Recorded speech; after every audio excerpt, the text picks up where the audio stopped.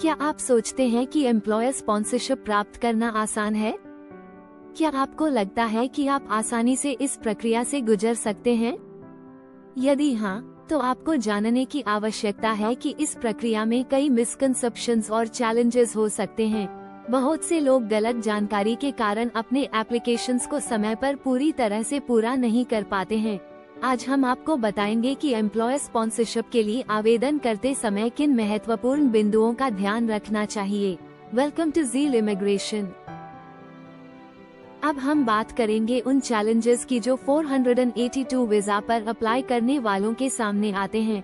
बहुत से लोग ये सोचते हैं कि एम्प्लॉयर स्पॉन्सरशिप आसानी से मिल जाएगा, लेकिन ऐसा नहीं है। कई माइग्रेशन एजेंट्स गलत जानकारी देते हैं और कहते हैं कि वे आपको स्पॉन्सरशिप दिलवा सकते हैं। यह मिसकंसेप्शन है और इससे लोगों को काफी कंफ्यूजन और डिलेज का सामना करना पड़ सकता है।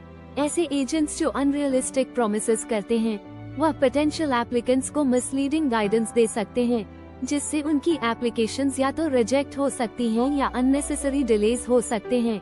यहाँ पर यह स्पष्ट करना जरूरी है कि एम्प्लॉयर को सिर्फ स्पॉन्सरशिप देने का अधिकार नहीं होता, बल्कि उन्हें ये प्रूव करना होता है कि वे आपको हायर करने के लिए तैयार हैं और आपकी पोजीशन जेन्युइन है।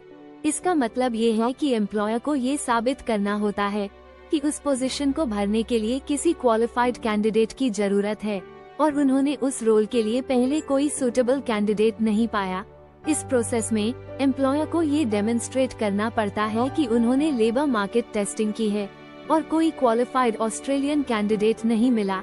यह एक डिटेल्ड प्रोसेस है जिसमें एम्प्लॉयर को ये प्रूव करना होता है कि उन्होंने उस जॉब वैकेंसी को एडवर्टाइज किया और कोई लोकल कैंडिडेट उस पोजीशन के लिए फिट नहीं था। अगर एम्प्लॉयर इस प्रोसेस को सही तरीके से नहीं करता, तो वीजा एप्लीकेशन रिजेक्ट हो सकती है। इसके अलावा एक और मिसकंसेप्शन यह है कि आप अपने रिश्तेदार को आसानी से स्पॉन्सरशिप दे सकते हैं। हालांकि ये प्रोसेस बिल्कुल स्ट्रेट फॉरवर्ड नहीं है। जैसा कि मैंने पहले कहा, अगर आपके एम्प्लॉयर को ये प्रूव करना पड़े कि वह किसी फैमिली मेंबर को हायर नहीं कर रहे हैं सिर्फ स्पॉन्सरशिप के लिए, तो यह एक हाई रिस्क एप्लीकेशन हो सकती है। इमिग्रेशन अथॉरिटीज को ये सुनिश्चित करना होता है कि स्पॉन्सरशिप जेन्युइन हो और एम्प्लॉयर ने किसी फैमिली मेंबर को प्रेफरेंशियल ट्रीटमेंट नहीं दिया है। अगर ऐसा लगता है कि एम्प्लॉयर ने अपनी फैमिली मेंबर को केवल स्पॉन्सरशिप देने के लिए हायर किया है, तो यह एप्लीकेशन रिजेक्शन का कारण बन सकता है। यह एक इम्पोर्टेंट फैक्टर है, क्योंकि अगर स्पॉन्सरशिप प्रोसेस में कोई भी अनफेयर एडवांटेज दिखता है, तो उसे रिजेक्ट किया जा सकता है। इसलिए एम्प्लॉयर को ये डेमोन्स्ट्रेट करना पड़ता है कि उन्होंने ट्रांसपेरेंट और फेयर हायरिंग प्रोसेस फॉलो किया है। यही नहीं, अगर एम्प्लॉयर फैमिली मेंबर को हायर करता है, तो ये प्रूव करना भी जरूरी होता है कि यह हायरिंग केवल रिलेशनशिप के कारण नहीं हुई, बल्कि जॉब रिक्वायरमेंट्स और क्वालिफिकेशंस के आधार पर हुई है। ये पूरी प्रक्रिया इसलिए कॉम्प्लेक्स हो सकती है क्योंकि एम्प्लॉयर को अपनी हायरिंग प्रैक्टिसेस को सही तरीके से जस्टिफाई करना होता है। इसके अलावा बहुत से एप्लीकेंट्स ये भी समझते हैं कि एम्प्लॉयर स्पॉन्सरशिप केवल परमानेंट पोजीशंस के लिए ही वैलिड होती है, लेकिन ऐसा नहीं है। 482 वीजा के तहत ये स्पॉन्सरशिप टेम्पररी पोजीशंस के लिए भी वैलिड हो सकती है, जिनके बाद कुछ कंडीशंस और गाइडलाइंस फॉलो करना होते हैं। अगर एम्प्लॉयर द्वारा स्पॉन्सर किया गया एम्प्लॉय काम में सफल रहता है, तो उसे परमानेंट रेजिडेंसी की तरफ भी रास्ता मिल सकता है, लेकिन इसके लिए एक अलग प्रोसेस और टाइम फ्रेम होता है। इसे लेकर भी कई मिसकंसेप्शंस हैं। कुछ लोग यह मानते हैं कि अगर किसी एम्प्लॉय को एम्प्लॉयर स्पॉन्सरशिप मिल गया, तो वह सीधे परमानेंट रेजिडेंसी के लिए एलिजिबल हो जाएगा, लेकिन ऐसा नहीं है।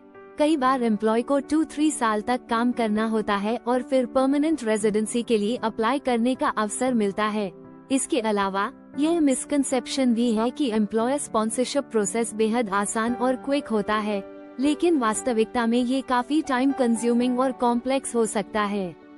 इमिग्रेशन अथॉरिटीज को थरली चेक करना होता है कि एम्प्लॉयर ने सही तरीके से सभी गाइडलाइंस और रेगुलेशंस फॉलो की हैं, ताकि कोई फ्रॉड या इलीगल एक्टिविटी न हो। ये पूरी प्रोसेस कई स्टेजेस में होती है और इसमें एम्प्लॉयर को काफी डॉक्यूमेंटेशन और वैलिडेशन सबमिट करनी होती है। एक और कॉमन मिसअंडरस्टैंडिंग यह है कि अगर आप किसी कंपनी के साथ लॉन्ग टर्म काम कर रहे हैं तो एम्प्लॉयर स्पॉन्सरशिप मिलना आसान होगा, लेकिन ऐसा नहीं है। एम्प्लॉयर को ये प्रूव करना होगा कि जिस पोजीशन के लिए वह कैंडिडेट को हायर कर रहे हैं वह एक genuine, full time and long term role है। अगर पोजीशन टेम्पररी, पार्ट टाइम या प्रोजेक्ट बेस्ड है तो स्पॉन्सरशिप अप्रूवल मुश्किल हो सकता है।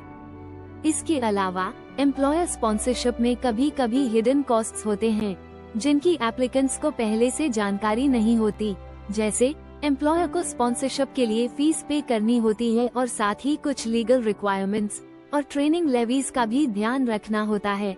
कई एप्लीकेंट्स को ये जानकारी नहीं होती कि इन कॉस्ट्स को सही से मैनेज करना बहुत जरूरी है, और यदि एम्प्लॉयर सही तरीके से इन कॉस्ट्स को कवर नहीं करता तो प्रोसेस डिले हो सकता है या अप्रूवल में इश्यूज आ सकते हैं।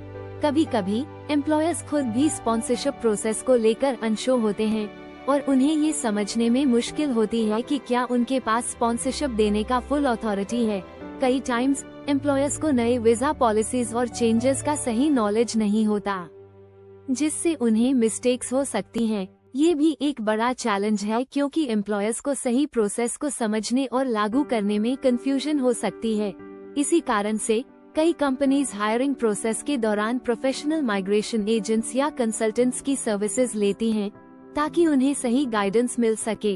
वीजा एप्लीकेशन प्रोसेस में कई कॉम्प्लिकेशंस हो सकती हैं और गलत जानकारी या मिसअंडरस्टैंडिंग्स के कारण कई बार एप्लीकेंट्स की एप्लीकेशंस रुक सकती हैं।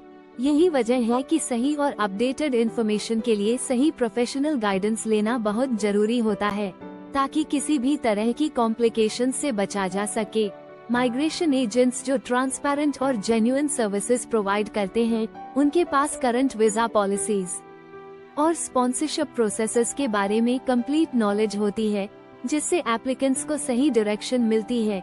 एक और कॉमन मिसकंसेप्शन यह है कि एम्प्लॉयर स्पॉन्सरशिप के लिए ओनली हाई स्किल्ड प्रोफेशनल्स ही अप्लाई कर सकते हैं, लेकिन ये गलत है। 482 वीजा अब ऐसे स्किल्ड वर्कर्स के लिए भी अवेलेबल है जिनके पास हाई लेवल क्वालिफिकेशंस नहीं होते, लेकिन जिनके पास एक्सपीरियंस और प्रैक्टिकल स्किल्स हैं।